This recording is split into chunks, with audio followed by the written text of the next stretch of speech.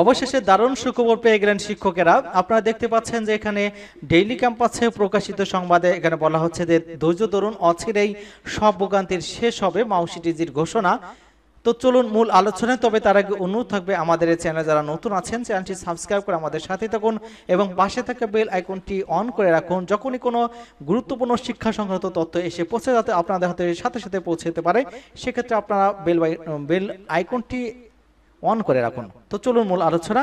এখানে যেটা বলা হচ্ছে, মাধ্যমিক এবং উচ্চ শিক্ষা অধিদপ্তরের মহাপরিচালক প্রফেসর ডক্টর আজাদ খান বলেছেন যে ইএফটিতে বেতন বোনাস নিয়ে আলোচনা ও সমালোচনার কোনো শেষ নেই। একটু ধৈর্য ধরুন, আমরা সব আপডেট করব এবং সামনে অচিরে সব ভোগান্তির শেষ হবে।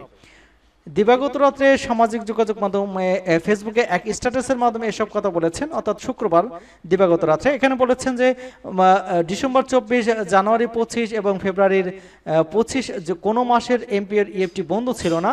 ত্রুটিপূর্ণগুলো যান্ত্রিকভাবে বন্ধ হয়ে গিয়েছিল। ক্রমাগত তাগিদ এবং সংশোধন করে দেওয়া হচ্ছিল ইএমএস সেল থেকে। বেতনের তারা যেমন ছিল ঠিক তেমনি কিন্তু নিজেদের তথ্য সংশোধনের তাগাদা নোটিশ সত্ত্বেও তা সংশোধনের গরজ দেখায়নি। দায় চাপিয়েছে কর্তৃপক্ষের গাড়ি।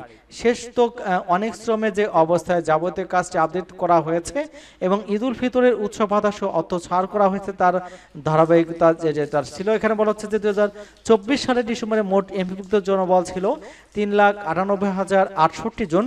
ওই মাসে এমপিও ছাড় হয়েছিল 3,76,963 জনের। অবশিষ্ট 10,170 জন কিন্তু নানা ত্রুটির কারণে দেওয়া যায়নি।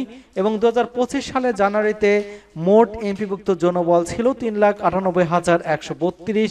ওই মাসে এমপিভুক্ত ছাড় হয়েছিল 3,78,271 জনের। অবশিষ্ট 8,926 জনের তথ্য কিন্তু সংশোধনের চেষ্টা ছিল, কিন্তু পুরো তথ্য মাঠ পর্যায় থেকে আসেনি।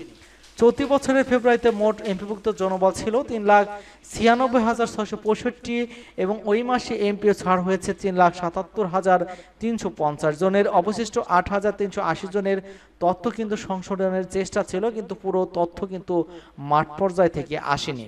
মার্চে মোট এমপিভুক্ত জনবল ছিল 3,97,386 জন। ওই মাসে এমপি ছাড় হয়েছে 3,76,602 জনের। অবশিষ্ট 9,849 জনের তথ্য সংশোধনের চেষ্টা ছিল, কিন্তু তারা পুরো তথ্য কিন্তু মাঠ পর্যায় থেকে আসেনি। এবং নতুন এমপিভুক্ত এবং মৃত বরখাস্ত অবসর গ্রহণের কারণে সংখ্যা পরিবর্তন হয়। এই তথ্যগুলো যাচাইয়ের পর যুক্ত এবং বিযুক্ত হয়। সকল ক্ষেত্রে মোটামুটি 8 থেকে 9,000 শিক্ষকের তথ্য আপডেট হচ্ছে। বাদ থাকছেন তারাই যারা যে কোনো কারণে গুরুত্ব তথ্যগত অসম্পূর্ণতায় আছেন বা মৃত বা অবসরপ্রাপ্ত বা বরখাস্ত কিংবা সরকারিকৃত হয়েছেন, কিন্তু মাঠ পর্যায় থেকে ইআইএমএস ছেড়েও সংশোধিত তথ্য দেননি এবং তাগাদাপত্র এখনো অব্যাহত আছে। মাউসিটিজি জানান, এমপিও, ইএফটি বা বেতন বোনাস ইত্যাদি নিয়ে আলোচনা সমালোচনার শেষ নেই। একটু ধৈর্য ধরুন, আমরা সব আপডেট করব এবং সামনে অচিরে সব ভোগান্তির শেষ হবে ইনশাল্লাহ। এই কথাই বলেছিলেন মাউসিটিজি। এবং মাউসিটিজির পক্ষ থেকে আরও বলা হয়েছে যে বেতন, বোনাস এবং বিভিন্ন ধরনের যে ভাতা রয়েছে সেটা কিন্তু সে সুখবর দিয়েছেন যে এই বিষয়ে কাজ চলছে। অচিরেই এই বোনাস, বেতন, বিশেষ করে ভাতা যে বিভিন্ন ধরনের রয়েছে, বাড়ি ভাতা, মেডিকেল, উৎসব ভাতা, এইসব ভাতা কিন্তু বাড়ানো হবে এবং ঈদুল আজহা থেকে পাবেন এমনটা কিন্তু বিভিন্ন মাধ্যম থেকে জানা যাচ্ছে এবং সেটা কিন্তু হবে ঈদুল আজহা থেকে, এমনটাই কিন্তু জানানো হয়েছে বিভিন্ন তথ্যের মাধ্যমে। তো সেই পর্যন্তই আমাদের যদি প্রজ্ঞাপন না হবে কিন্তু অপেক্ষা গুনতে হবে যে আসলে পাবে কি পাবেন না, এমন কিন্তু অনেকবারই বলা হয়েছে, কিন্তু সেই শেষ পর্যন্ত কিন্তু সেটার আশার আলো দেখা যায়নি। তো সর্বশেষ আমরা দেখতে পেয়েছিলাম যে শিক্ষা উপদেষ্টা ওয়াহিদুল আহমদ শেষ বিদায় বক্তব্যে তিনি বলেছেন যে শিক্ষকদের জন্য আমরা 15-16 বছরের দুঃখ একদিনে বঞ্চনা করতে পারবো না, তবে এটা আমরা শুরু করে দিয়ে যাচ্ছি। অর্থাৎ ঈদুল আজহা থেকে তারা পাচ্ছেন এবং আগামী বাজেট থেকে বিভিন্ন ধরনের ভাতা বাড়ছে, এটা কিন্তু নিশ্চিত করায় বিভিন্ন মাধ্যম কিন্তু জানিয়েছেন।